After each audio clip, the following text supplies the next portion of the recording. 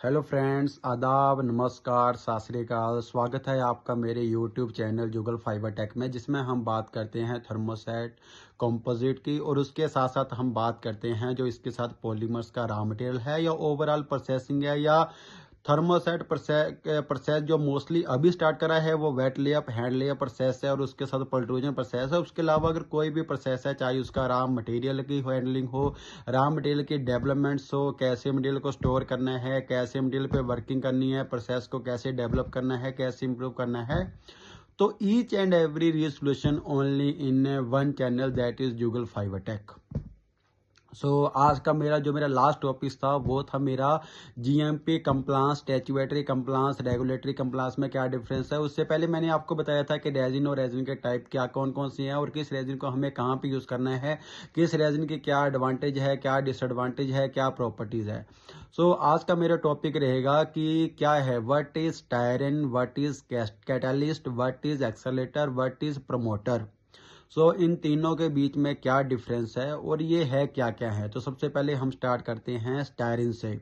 तो स्टायरिन एक आपका रिएक्टिव डाइल्यूट है जिसको हम यूज़ करते हैं स्टायरिन की रेजिन की विस्कोसिटी कम करने के लिए during the manufacturing of the resin. जब रेजिन को बना रहे हैं तो उसकी विस्कोसिटी को जो हमें कम करना है, सिर्फ उसी टाइम पे ही इसे यूज़ करना है। उसके अलावा अगर मैं आपको बताता हूँ कि ये जो है ये आपका वर्क करता है, ये आपका वर्क करता है, जो आपका स्टायरिन है ये आपके लिए वर्क करेगा as a cross linking bridge.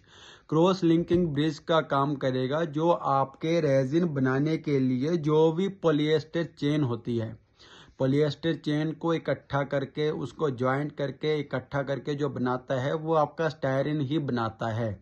अगर आप स्टायरिन की जो जो स्टायरिन को जो हम ऐड करते हैं during the manufacturing of the resin, तो वो हमारा होता है 30% to 40% के बीच में।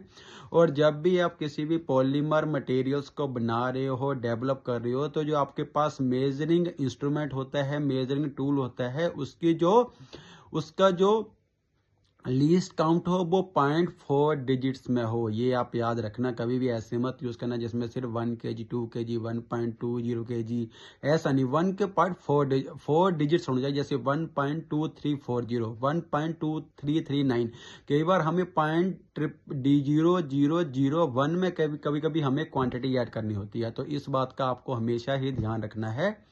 उसके बाद जो स्टायरिन है इसे कभी भी आपने आफ्टर मैन्युफैक्चरिंग कभी भी यूज नहीं करना है, बट मैंने इसके ऊपर स्पेसिफिकली वर्किंग करी है, काम करा है।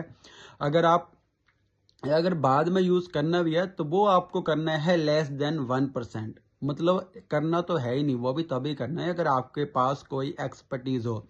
नहीं तो कर लेते हैं, बाद में कुछ टाइम के बाद आपके मटेरियल में डिफरेंट टाइप्स के इश्यूज आने लग जाते हैं। या तो मटेरियल क्योर नहीं हो रहा है, जल्दी क्योर हो रहा है, या तो उसका कलर चेंज हो रहा है, या तो उसकी ओवरऑल प्रॉपर्टीज नहीं आ रही। बट क्या होता है, प्रोडक्शन के टाइम पे प्रोडक्शन वाले तो कर देते हैं जिन्हें कुछ नॉलेज नहीं होती।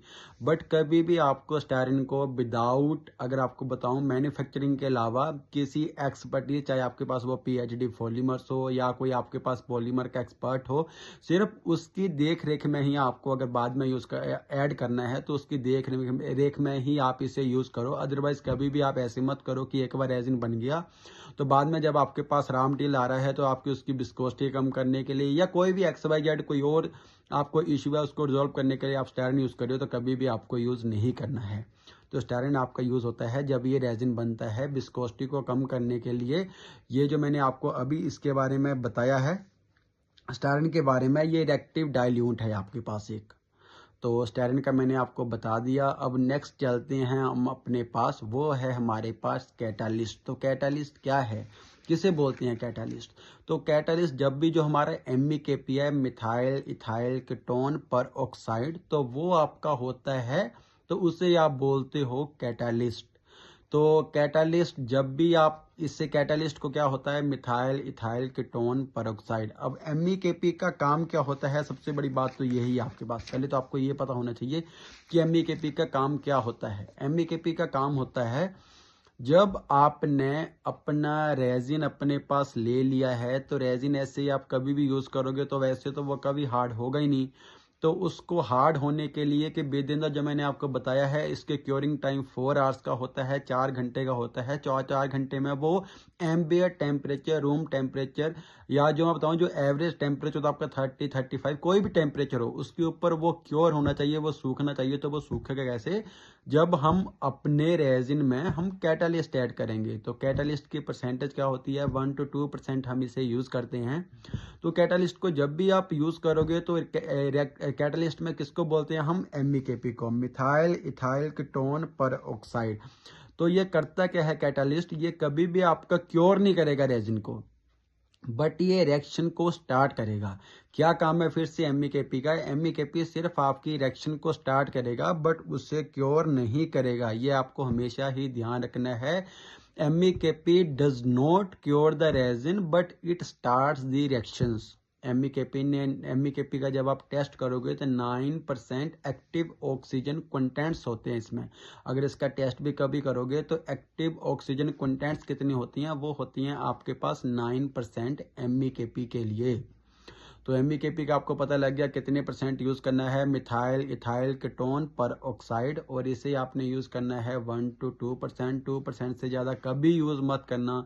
आप 1 साल चला लोगे, 2 साल चला सकते हो, आपका प्रोसेस टेबल नहीं होगा। अगर आप किसी को बोल भी रहे हो ना कि नहीं हमने ये कर दिया, या कुछ भी झूठ बोल दिया, सोच लिया एक बार कस्टमर को झूठ बोल दिया, आप नहीं कर पाओगे। ये ऐसा मटेरियल है, अगर कभी, वैसे भी एक डेंजरस मटेरियल भी है, अगर आप इसके साथ रेगुलरली वर्किंग करते हो तब भी आपके मटेरियल की प्रॉपर्टीज बहुत ज़्यादा डिफर आती हैं। आप कभी भी, आज विंटर्स के टाइम पे अगर आपको नॉलेज नहीं है, अगर आप कम ज़्यादा करते हो तो डेफिनेटली आपको बहुत इश्यूज आती हैं, आप कभी उसे कंट्रोल ही नहीं कर पाते। बट मैंने उसके ऊपर कंप्लीटली वर्किंग करी है। मैंने तो जो साइंटिस्ट है उनके साथ वर्किंग करी है, तो मुझे तो इसकी कंप्लीट वर्किंग का पता है कि हमें किस लेवल तक इसे यूज़ करना है। अगला आपके पास आता है कैटालिस्ट, अगला आता है आपके पास एक्सेलरेटर। तो एक्सेलरेटर का आप पहले तो आप मीनिंग समझ लो, एक्सेलरेटर में होता क्या है। इसमें आते हैं आपके पास कोबाल्ट ऑक्टेट। तो सबसे पहले आपके पास आते हैं एक्सेलरेटर में कोबाल्ट ऑक्टेट। जैसे कि मैं आपको बताता हूं कि अगर आप एक्सेलरेटर का मीनिंग है कि रेस देना है, एक्सेलरेट करना मीन्स कि उसको रेस देना। तो जब तक आप एक्सेलरेटर नहीं डालोगे, जब तक आप कोबाल्ट नहीं ऐड करोगे रेजिन में, वो कभी भी आपका एम्बिएंट टेम्परेचर, रूम टेम्परेचर पे कभी भी वो आपका क्योर नहीं होगा। जैसे फिनोलिक रेजिन मैंने आपको बताया था ना कि उसकी सिर्फ हॉट क्योरिंग होती है, जब गर्म होगा साइड में, स्पेशली हम हीट प्रोवाइड करेंगे तभी वो आपका क्योर होगा, ऐसे होगा ही नहीं। बट जो आपका रेजिन है, रेजिन कभी भी आपका नॉर्मल टेम्परेचर पे, या मैं आपको बताऊं अगर आप हीट भी करोगे तब भी आपको पता नहीं कि आपका 2 दिन में होगा, 3 दिन में होगा, या होगा ही नहीं। बट विदाउट कैटालिस्ट आप कभी भी एम्बिएंट टेम्परेचर पे अपने रेजिन को क्योर नहीं कर सकते हो। तो ये क्या होता है, जो आपका एक्सेलरेटर है, ये क्या करता है? ये रिएक्शन को स्टार्ट करता है। रिएक्शन को स्टार्ट करता है जिससे कि जब रिएक्शन को स्टार्ट करेगा तो रिएक्शन को स्टार्ट करने से ही जो आपका रेजिन है वो क्योर होगा। तो फिर से मैं आपको बताता हूं कि जब भी आप ये यूज करोगे एक्सेलरेटर का यूज करने का मीनिंग यही है कि इसके बिना कभी काम नहीं होगा। या तो प्री एक्सेलरेटर होके आपके पास आता है, पहले ही ऐड होता है, या फिर जो हमारे पास वेंडर होता है उसने जो अपनी MTC दी होती है, मटेरियल टेस्ट सर्टिफिकेट, तो उसमें भी क्लियरली मेंशन होता है कि ये प्री एक्सेलरेटेड है या आपको आपको बाद में डालना है, अपने पास पोस्ट एक्सेलरेटेड है या बाद में डालना है। तो वो आपको उसी क्वांटिटी के पे यूज करना होता है। जो इसकी मैक्सिमम क्वांटिटी हम यूज करते हैं वो आपका डिपेंड करता है कि आप कौन सा यूज कर रहे हो। क्वाल्ट 1% यूज कर रहे हो, 2% यूज कर रहे हो, 6% यूज कर रहे हो, तो कौन सा यूज कर रहे हो अपने पास। जो इसकी मेजरली आपके पास क्वांटिटी होती है वो आप यूज करते हो अपने। इसके लिए अगर आपको यूज करना है तो मैक्सिमम आप उसे यूज करते हो ओनली अपने पास 1% तक। बट आपको फिर से पता होना चाहिए कि आपका कितने % वाला ये क्वाल्ट है।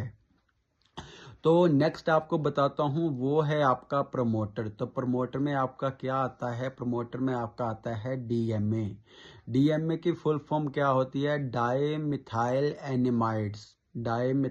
एनिमाइड्स। इसका सिर्फ एक ही काम होता है, जो आपकी रिएक्शन हो रही है, जो आपने MEKP यूज कर रहा है, जो आपने एक्सेलेरेटर यूज कर रहा है, दोनों की जो दोनों की जो रिएक्शन है, रिएक्शन को फास्ट करने के लिए सिर्फ हम इसे यूज़ करते हैं। बट आपको बताता हूँ इसकी एडवांटेजेस है, डिसएडवांटेज है। एडवांटेज आपकी ये होती है कि मटेरियल आपका क्योर हो जाएगा टाइम पर, मटेरियल आपका जो है वो ज़्यादा उसको टाइम नहीं लगेगा।